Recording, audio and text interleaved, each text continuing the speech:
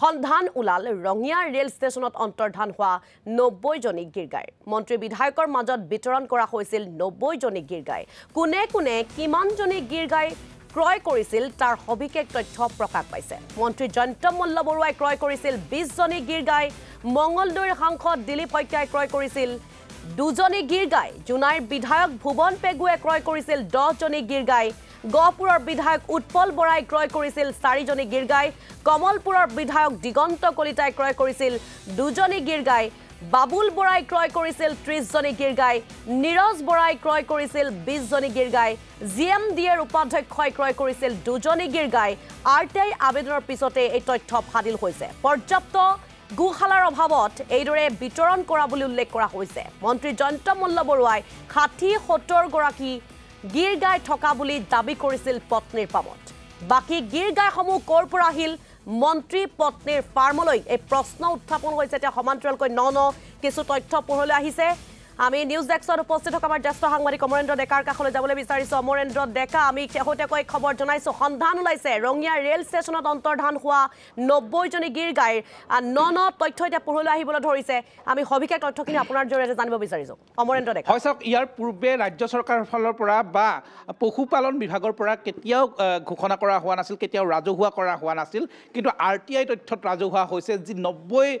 জনীকৈ গিৰগাই Rangia rail ষ্টেচনৰ পৰা অন্তৰ্ধান হোৱা বুলি কোৱা হৈছিল সেই 90 জনী গিৰগাই আসলতে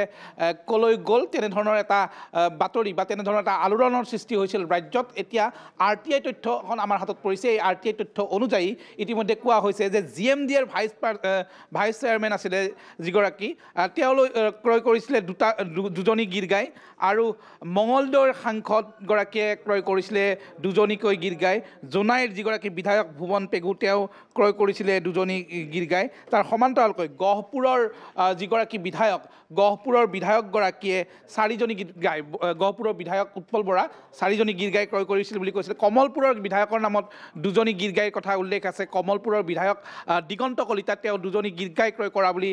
তথ্য দিয়া হৈছে সমান্তৰালকৈ বাবুল নাথ নামৰ এগৰাকী ব্যৱসায়ী তেওঁ 30 জনীকৈ গিৰগাই ক্ৰয় কৰা বুলি কোৱা হৈছে এই আৰটিআই তথ্যত তাৰ সমান্তৰালকৈ নিৰজ বৰা বৰ্তমান এগৰাকী ৰাজনৈতিক ব্যক্তি এটা ৰাজনৈতিক দলৰ সদস্য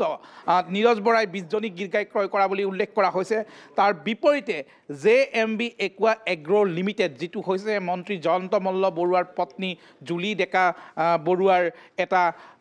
দুগ্ধ পাম এই দুগ্ধ পামটোৰ বাবে 20 জনী গিৰগাই ক্ৰয় কৰা বুলি দেখুওৱা হৈছে আমি সমান্তৰালকৈ দেখুৱাই গৈছো এই যি গিৰগাই ক্ৰয় কৰাৰ কথা এই গিৰগাই ক্ৰয় কৰাৰ কথাৰ মাজতে আপোনালোকক আমি জনাব বিচাৰিছো যে এই গিৰগাই ক্ৰয় কৰা বিষয়টোক লৈ আসলতে ইয়াৰ পূৰ্বে ৰাজ্যৰ পশুপালন বিভাগ অথবা ৰাজ্য চৰকাৰৰ ফালৰ পৰা কোনো ধৰণৰ আনুষ্ঠানিক ঘোষণা কৰা হোৱা নাছিল এতিয়া ইয়াত এটা ডাঙৰ প্ৰশ্ন থাকি যায় যে গিৰগাই ক্ৰয় কৰিছিল জয়ন্ত মল্ল বৰুৱাৰ পত্নীৰ বাবে 20 জনী কিন্তু জয়ন্ত মল্ল বৰুৱা মন্ত্ৰী ডাঙৰীয়া ইতিমধ্যে উল্লেখ কৰিছে যে তেওঁৰ যিখন পাম সেই পামত 60 জনীকৈ গিৰগাই 60 পৰা 70 জনীকৈ গিৰগাই থকা বুলি তেওঁ নিজমুখে স্বীকাৰ কৰিছে নিজমুখে তেওঁ উল্লেখ কৰিছিল 20 জনীৰ পৰা 60 জনী গিৰগাই কেনেকৈ তেওঁৰ পত্নীৰ ফাৰ্মত পোৱা গ'ল সেই কথাখিনি কিন্তু যথেষ্ট ৰহস্যজনক কাৰণ এই কথাটো কোৱা হৈছে যে 2022 চনৰ পিছত আসলে 2021 চনৰ পিছতে কোনো গিৰগাই ৰেলযোগে অসমলৈ অনা হোৱা নাছিল গুজৰাটৰ পৰা 2021 চনৰ পিছত 22 চনত যেতিয়া এই গিৰগাই অনা হৈছিল তাৰ পিছত আৰু কোনো গিৰগাই ৰেলযোগে গুজৰাটৰ পৰা অসমলৈ অনা হোৱা নাছিল বা ব্যক্তিগতভাৱে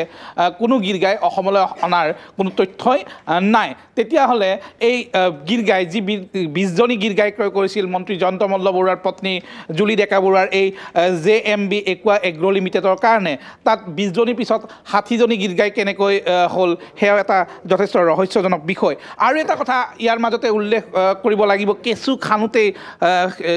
সাপ ওলোৱাৰ দৰে বিষয় এতিয়া হৈ পৰিছে কাৰণ আপোনালোকে লক্ষ্য কৰিব এই 90 জনী গিৰগাই একাংশ মন্ত্ৰী বিধায়কৰ মাজত কিয় বিতৰণ কৰা হৈছিল স্পষ্টকে আৰটিআই যিটো প্ৰতিবেদন সেই প্ৰতিবেদনত উল্লেখ কৰা হৈছিল যে এই গিৰগাইসমূহ ৰখাৰ বাবে পৰ্যাপ্ত স্থানৰ অভাৱ গুহালাৰ অভাৱৰ কাৰণে এইদৰে তেওঁলোকে আসলতে একাংশ মন্ত্ৰী বিধায়কৰ মাজত বিতৰণ কৰিব লগা হৈছিল আৰু এই মন্ত্ৰী বিধায়কসকলে গিৰগাইসমূহ ক্ৰয় কৰি হিতাধিকাৰীকে দিব বুলি জনাইছিল তেতিয়াহ'লে এটা কথা লক্ষ্য কৰিব গিৰগাই যেহেতু মন্ত্ৰী বিধায়কৰ মাজত বিতৰণ কৰা হ'ল কিন্তু একে সময়তে আমি বিধানসভাৰ এটা তথ্য দেখুৱাবলৈ লৈছো বিধানসভাত এইটো 24 চনৰ 21 ফেব্ৰুৱাৰী তাৰিখে বিধায়ক আমিনুল ইছলামে এটা প্ৰশ্ন কৰিছিল যে গৰুখুটি প্ৰকল্পত কৃষিজাত সামগ্ৰী উৎপাদনৰ বাবে এতিয়ালৈকে কিমান টকা ব্যয় কৰা হৈছে আৰু কোন কোন শিতানত কিমান টকা আয় হৈছে ব্যয়ৰ যিবোৰ উৎস আৰু খৰচৰ যিবোৰ শিতান সেইবোৰ স্পষ্টকৈ উল্লেখ কৰা হৈছিলে ইয়াত যি তথ্য দিয়া হৈছে বিধানসভাৰ তথ্য এয়া অসম বিধানসভাৰ তথ্য নহয়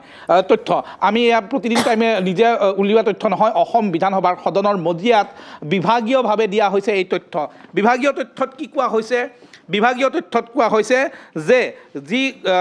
গৰুখুটি প্ৰকল্প তাত গীৰ গাই ৰাখিবৰ কাৰণে তেওঁলোকে যি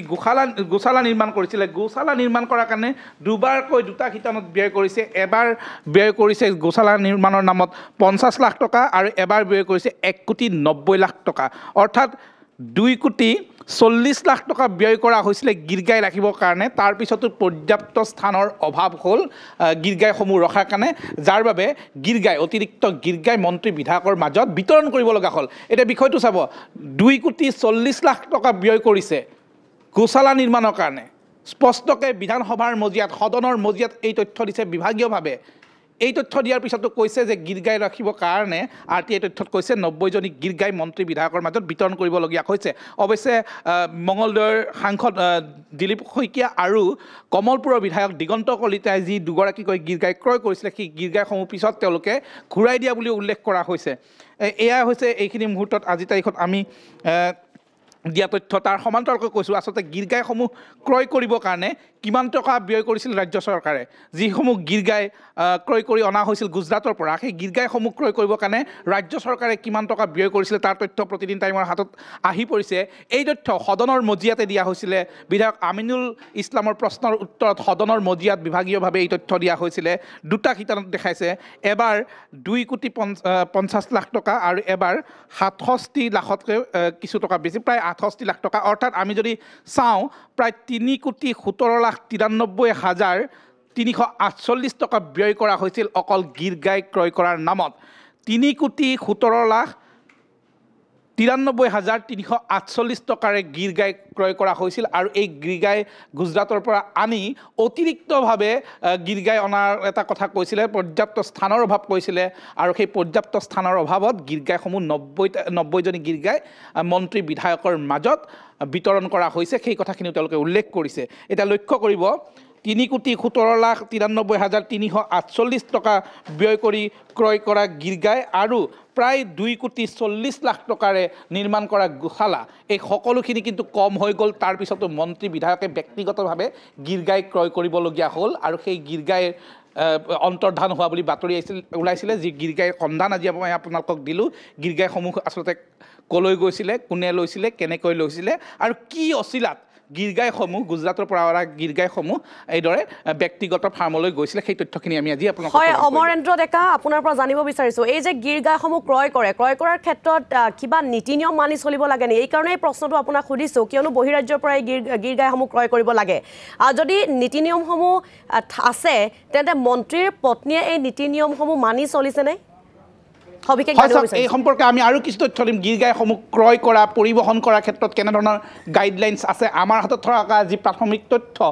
বা প্ৰাথমিক যিটো খবৰ সেই খবৰ অনুযায়ী আচলতে গুজৰাটৰ পৰা গীৰ গাই আনিব লাগিলে বিভাগীয়ভাৱে যোগাযোগ কৰিব লাগে চৰকাৰে নিজাববীয়াকৈ আনিব লাগে কোনো ব্যক্তিগত ফাৰ্ম বা কোনো ব্যক্তিগত মালিকে গীৰ গাই আনিব নোৱাৰে তেনেধৰণৰ কিছু তথ্য আমাৰ হাতত আছে সবিশেষৰ কাৰণে আমি আপোনালোকক কি গাইডলাইনছ আছে গীৰ গাই ক্ৰয় আৰু পৰিবহণৰ ক্ষেত্ৰত আমি আৰু ইয়াৰ পিছৰ প্ৰতিবেদনত আপোনালোকক দিম আচলতে গীৰ গাই ক্ৰয় গীৰ গাই পৰিবহণ গীৰ গাই বিতৰণৰ মাজত কি আচলতে গাইডলাইনছ আছে সেই গাইডলাইনছসমূহ ভংগ কৰা হৈছিল নেকি সেই তথ্য আমি আপোনালোকক ইয়াৰ পৰৱৰ্তী প্ৰতিবেদনসমূহত নিশ্চয়কৈ অমৰেন্দ্ৰ ডেকা আপোনাক ধন্যবাদ জনাইছোঁ সবিশেষ তথ্যখিনি জনোৱাৰ বাবে আমি পৰৱৰ্তী বুলেটিনত আপোনাৰ সৈতে পুনৰ সংযুক্ত হ'ম আপুনি তথ্যসমূহ আগবঢ়াই যোৱাৰ চেষ্টা কৰিব